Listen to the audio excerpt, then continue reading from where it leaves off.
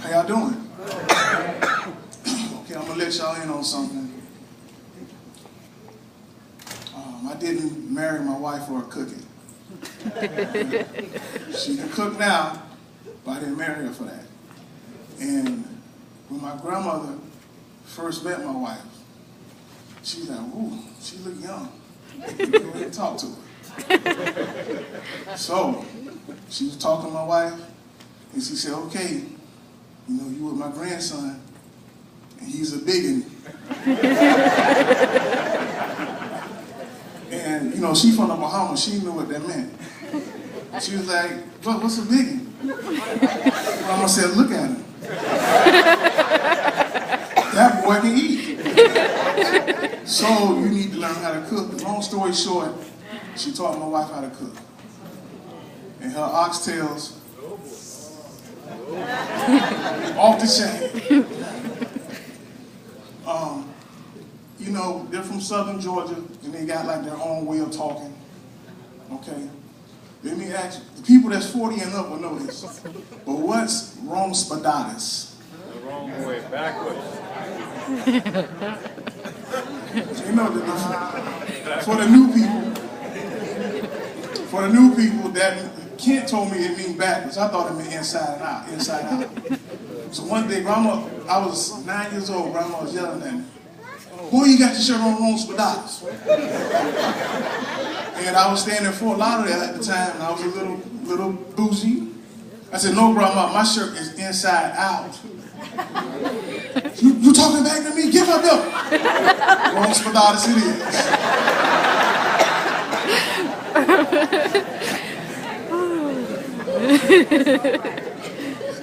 As you know, I have 6 children.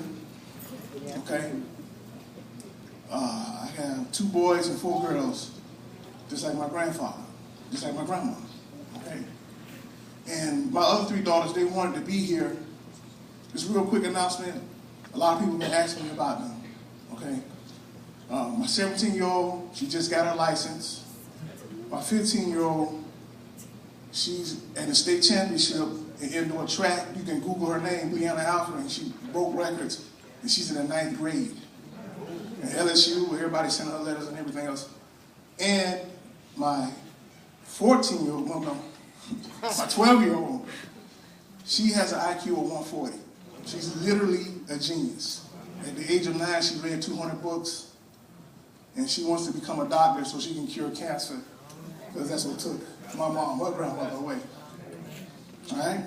So, one more quick story about my grandmother. My Uncle Herbert bought her this Hummer-Round. I don't know if you're familiar with it. It's like a motorized wheelchair, a Hummer-Round, okay?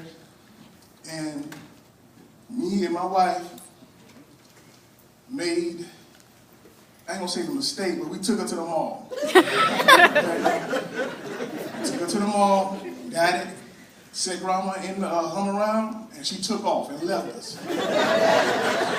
So she was terrorizing in JCPenney.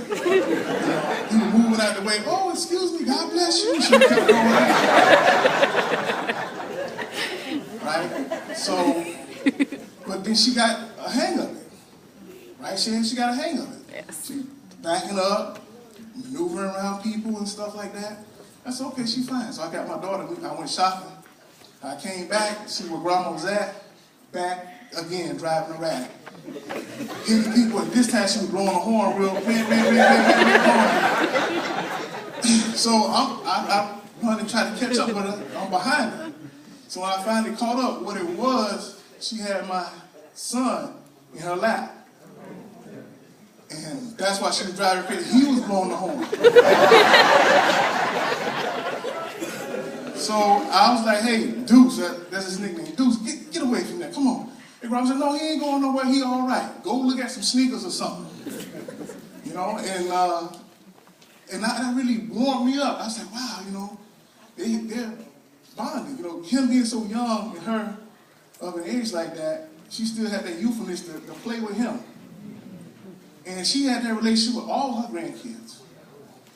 Okay? And in closing, I asked her the secret to her long marriage. One time, we used to go to this church to get free food, okay? And grandma want me to get there extra early so she can get the best food to get so she can hand them out to people later on, okay? So I asked her, I said, Grandma, and the inside joke between me and her, I used to call my granddaddy Daddy to her. So I said, Grandma, what's the secret between you and Daddy's long marriage? She said, well, your daddy could be aggravating at times, but you always got to keep a prayer in your heart. And this is for the new people. Want what you already have. And I think that's real deep. You know, I'm a man, I can speak for the men. You know, once upon a time, me and almost every guy I knew thought they were missing out on something. You know, you want to get out there, and God don't give you everything you need at home, but you want to get out and thinking you're missing out on something. You know, want what you already have. And that woman God gave you love you so much, she can give you kids that look just like you.